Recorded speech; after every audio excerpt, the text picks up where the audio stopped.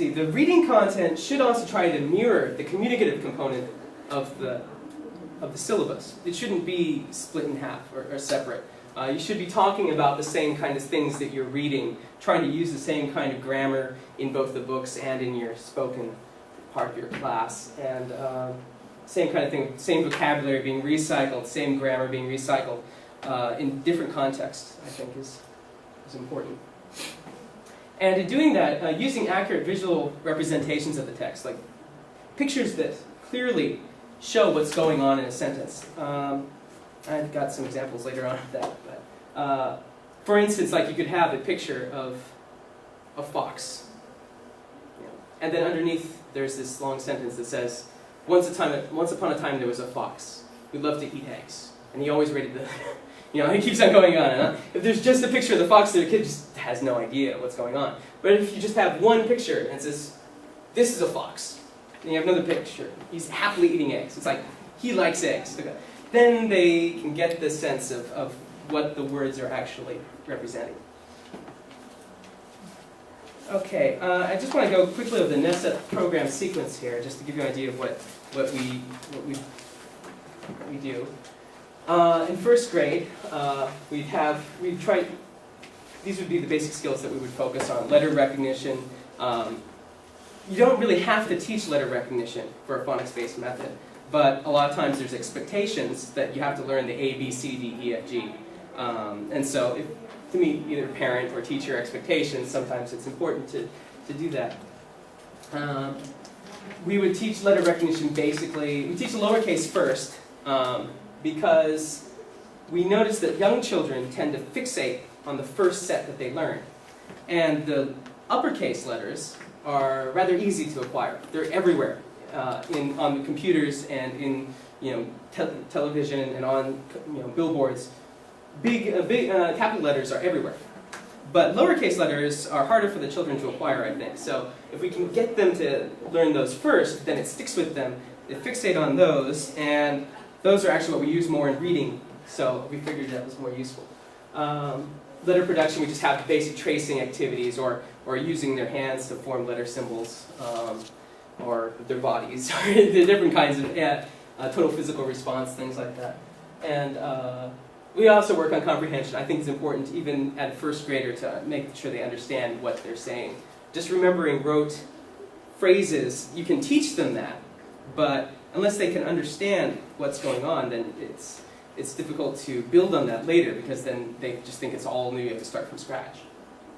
Grammar, it's implicit. It's just through using it communicatively that they get a sense of grammar at this stage, I think. And in the second grade, we just introduced some new skills, just the uppercase letters, maybe a little bit more emphasis on actually understanding the letters. In third grade, there's a big explosion of skills because this is where we start teaching reading, is in third grade. And we start the phonics program proper. So we start teaching basic phonemic awareness, some basic letter sounds, and they'll also start reading some irregular words like R and the and stuff. But grammar is still basically implicit. There's not a lot of, look at this grammar and tell me what it means. Fourth grade, we basically continue. Maybe a little bit more emphasis on specifically being able to break apart words and to understand the sounds that are in there.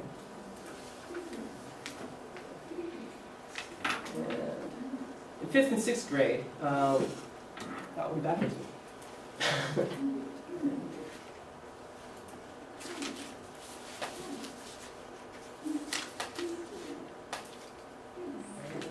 Okay, fifth and sixth grade, they try to make it a little bit more expressive, and they sort of move up to explicit explanation of grammar. We actually have teachers who come in from the junior high and do more traditional grammar instruction type things.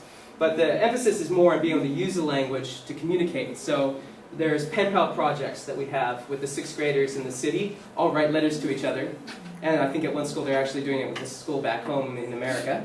And they do this to actually try to use the language to communicate. And so there's more of an emphasis on writing and reading for personal exploration, enjoyment. Internet activities, interactive sites, things like that are also things we do at this stage. Now, what is SPHERIC? Well, SPHERIC is a teaching methodology that I've developed while working in NESEP. However, it deviates from the current practice in our program in that it attempts to fully integrate reading and communicative activities.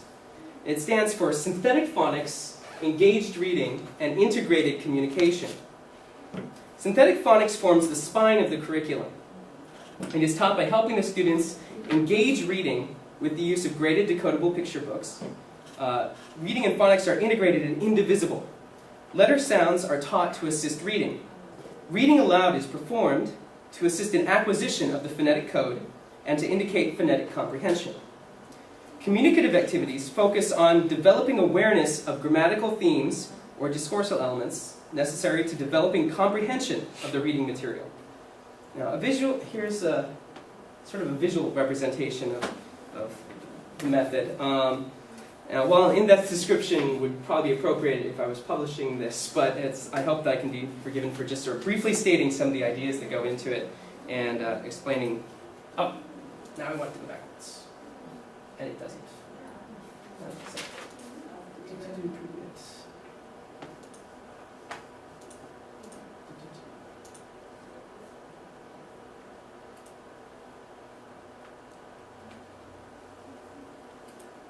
Okay, there we go. All right, so yeah, I just want to explain this, basically how this goes together. Okay, synthetic phonics is the core of the model due to Johnson & Watson's research that I mentioned earlier on Kleckmann-Shire. It also provides a manageable structure for determining comprehensible input as per Krashen's work. Engaged reading has been shown to be an invaluable source of acquiring vocabulary and understanding discourse and grammar in the language, and there's a number of researchers who have explored that. And the communicative activities serve multiple functions. One is to bridge the gap between the knowledge that a native speaking child would have in a synthetic phonics program and what children in a foreign language program would have.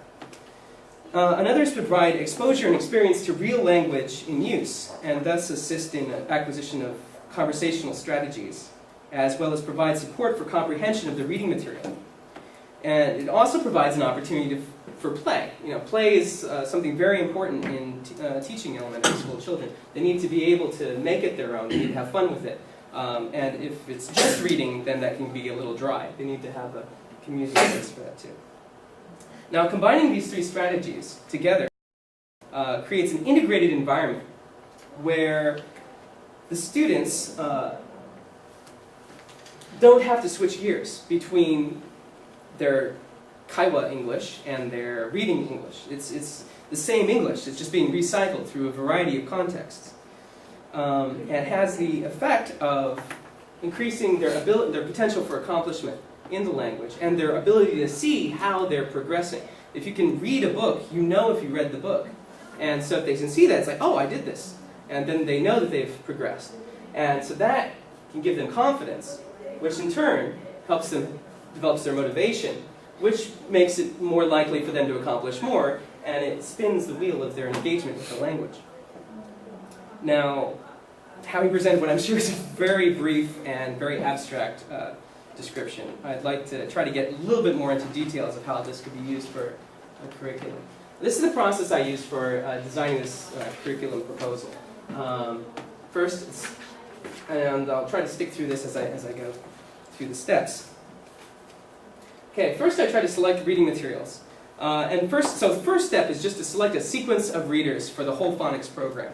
The one I use in classes is the one, like I said, by readingatozee.com. And it's just, I selected them for several reasons. One, the readers are already sequenced so that students can start reading after learning only 5 sounds, A, N, P, D, and C.